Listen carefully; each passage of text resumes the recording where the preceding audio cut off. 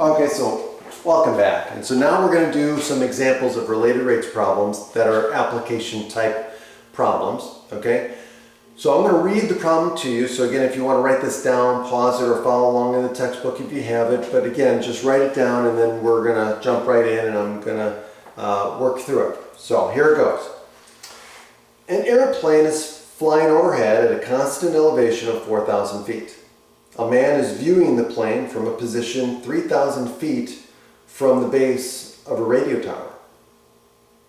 The airplane is flying horizontally away from the man. If the plane is flying at a rate of 600 feet per second, at what rate is the distance between the man and the plane increasing when the plane passes over the radio tower? Okay. So again, I'm not going to read that again, so pause, rewind, write it down, and then consider drawing a picture. Okay, so if you want to pause and draw the picture and then see what you come up with, do that now, and then when you come back, we can you'll see what I drew. So here we go. So now, I'm going to write down the information that's given. Okay, so it says that airplane is flying overhead at a constant elevation of 4,000 feet. Okay, so the height of the plane is constant at 4,000 feet. Okay. Now a man is viewing the plane from a position of 3,000 feet from the base of a radio tower. Okay, so we'll call base 3,000 feet.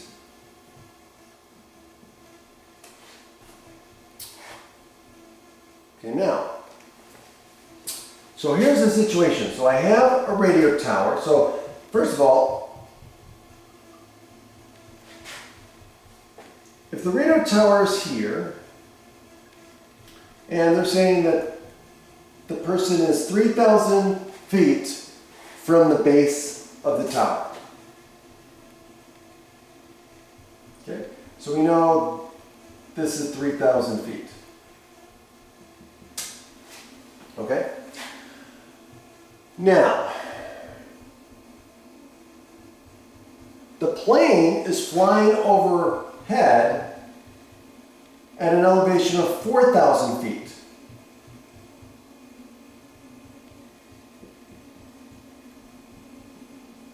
Right? And so here's the man.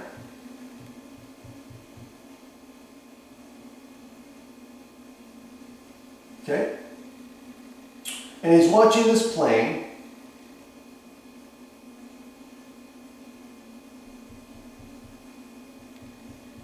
Flying overhead. Right? And so there's this distance between the plane and the man. But there's also this distance here. Right? Here's the tower. Well, let me do it this way.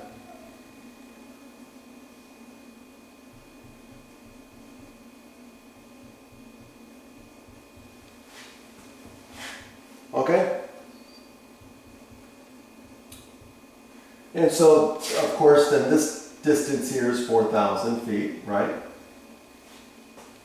Now, the plane is flying, right? So as the plane is moving, this distance here, we'll call S, is changing, right? Because then when it gets over here, or when it gets to above the tower, it's going to look like this, right?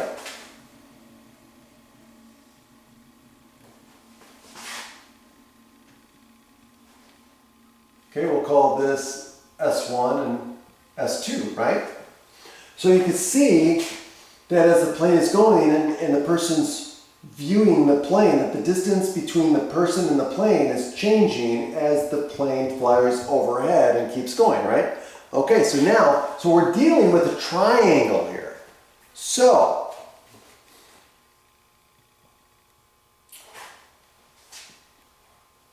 two things are changing, right?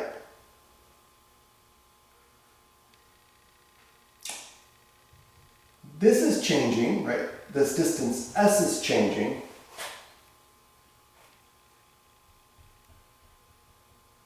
Okay? And so what do they want? Well, let's read it again. So let's read, it says, at what rate is the distance between the man and the plane increasing when the plane passes over the radio station?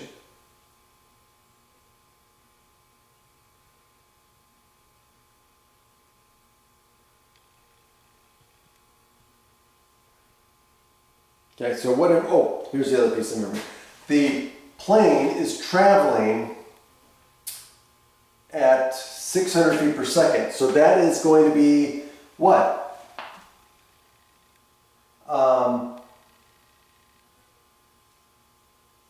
That's the rate as it's going horizontally, right? That means when the plane is passing overhead, this distance here, x, is 0, but then increases, right? And let's call this x1 and this x2, right? So we see that this is increasing towards 3,000 at the point that it's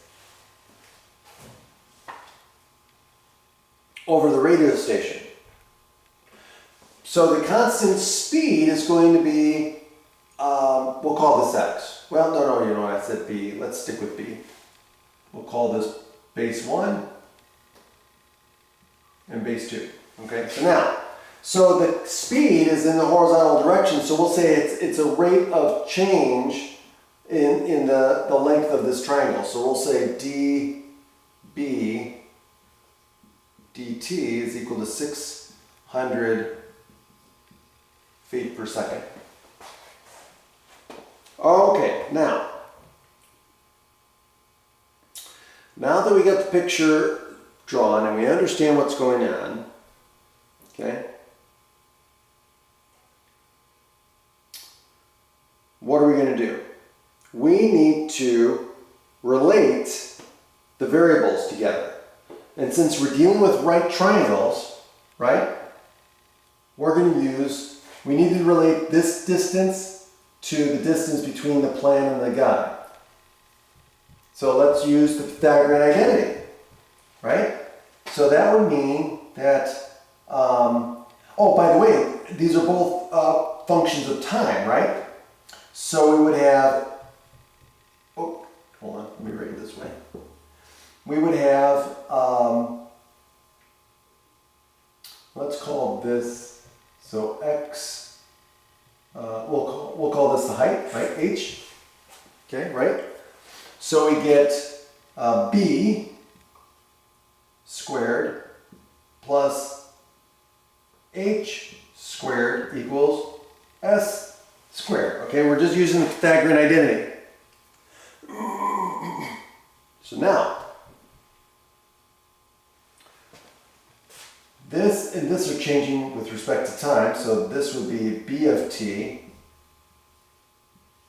quantity squared, plus h squared equals s of t, quantity squared. Okay, now, at this point, remember what they want. They want to know if the plane is flying at a rate of 600 feet per second, what is the rate, at what rate is the distance between the man and the plane increasing when the plane passes over the radio tower? Okay, so in other words, when the plane passes over the radio tower, b is equal to 3,000 feet. So in other words, at what rate is the distance changing between the plane and the man when the plane is 3,000 feet vertically or horizontally away from the guy? Okay, so now let's go through the steps.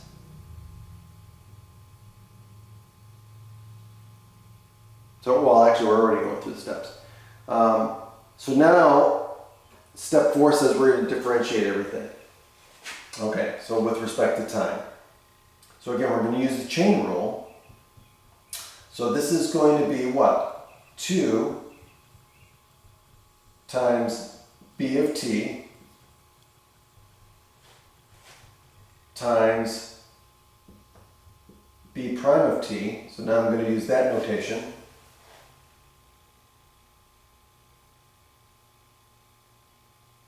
Okay, so again we could use b prime of t as the derivative, right?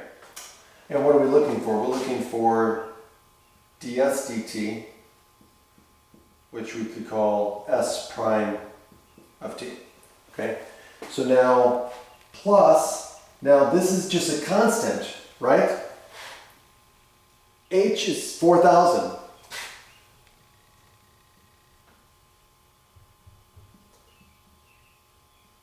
4,000 squared. But it doesn't matter, it's just a number. So this is going to go to 0, which is equal to, then this is going to be the chain rule here. So this is going to be 2 times s of t times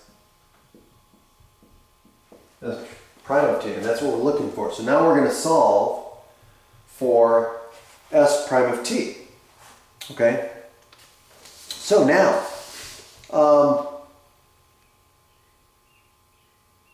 what does that give us? Well, when we solve, since this is 0, we're just going to get this is equal to this. So we're going to just divide both sides by 2 times s of t. So we're going to get 2 b of t b prime of t over 2 s of t, which equals s prime of t.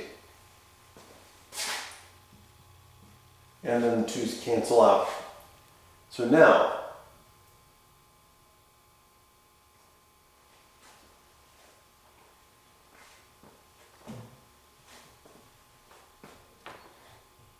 okay.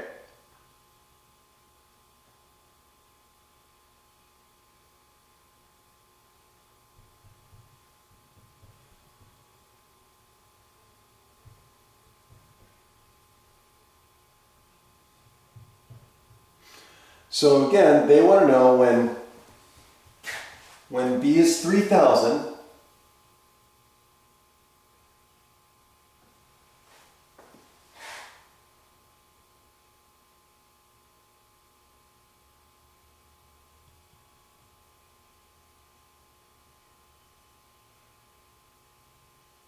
okay?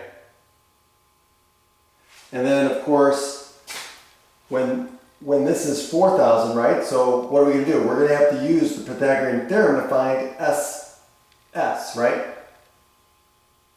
So let's do that.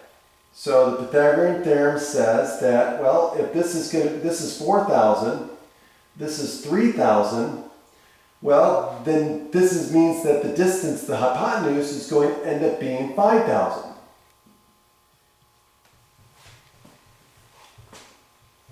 Okay? And the reason why I know that is you should recognize that this is just a multiple multiple of the 3, 4, 5 triangle, right? So this is just using proportions. So we have a 3, 4, 5 triangle. So if these are related, well then any multiple of this is also related. So 3,000, 4,000, and 5,000. Okay? And so you could do this will give you 900,000, right? Or actually 9 million. And this will give you 16 million. And then of course that'll give you 25 million. If you take the square root of 25 million, you get 5,000. So again, things you should recognize, right? from your days of pre-calculus and all the practice you've done in all the other previous classes, right? So that means this is 5,000. So when B is 3,000, S is 5,000. So we get what?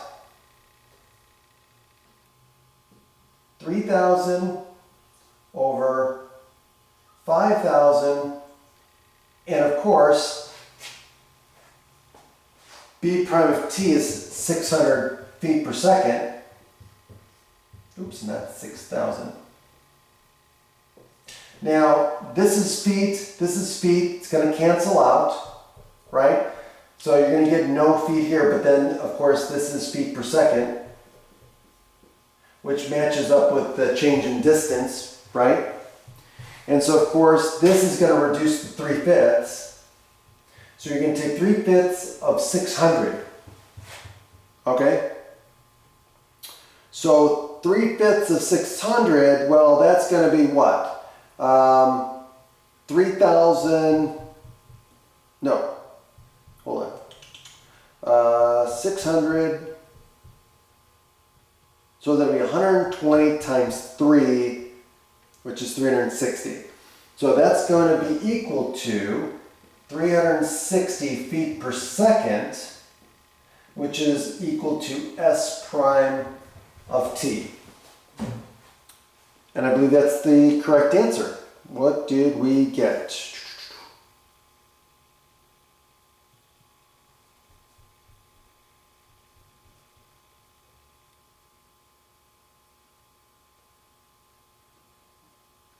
Yep, 360 feet per second.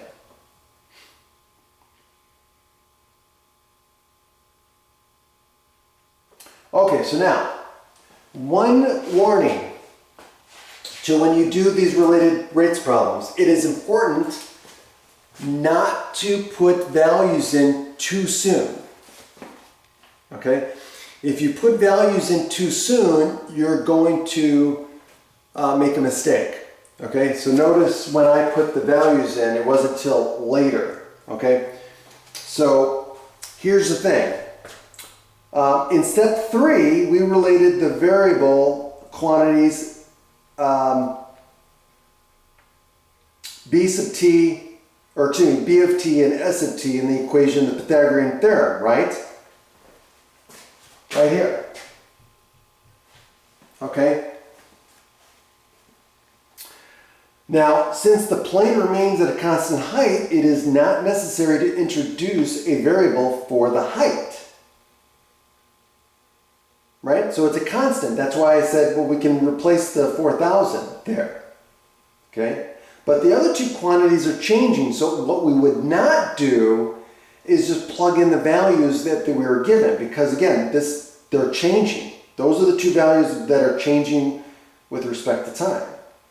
If we were to mistakenly substitute the base for 3,000 into the equation before differentiating, then we would have gotten a mistake, because we would have had a number here and a number here, and we would have just got zeros here. And then, of course, if we divide both sides by this, we would have got 0, and we would have mistakenly said that the rate of change would be 0, which makes no sense, right? And that brings up a second point, is that always ask yourself at the end, when you give your final answer, does it make sense? Does the answer make sense, right? If you get an answer that's 0 for a changing quantity, right, for a speed, it would make no sense in the context of the problem. It would make no sense that if the plane's going 600 feet per second and this distance is changing, that it would be changing at a rate of 0 when the plane is over the tower. That just makes no sense, right? So again, just don't do the work without thinking about what your final answer should or might, you want to make sure your answer makes sense, right? So don't just put blinders on and go through the work and then just get an answer, circle it, and move on.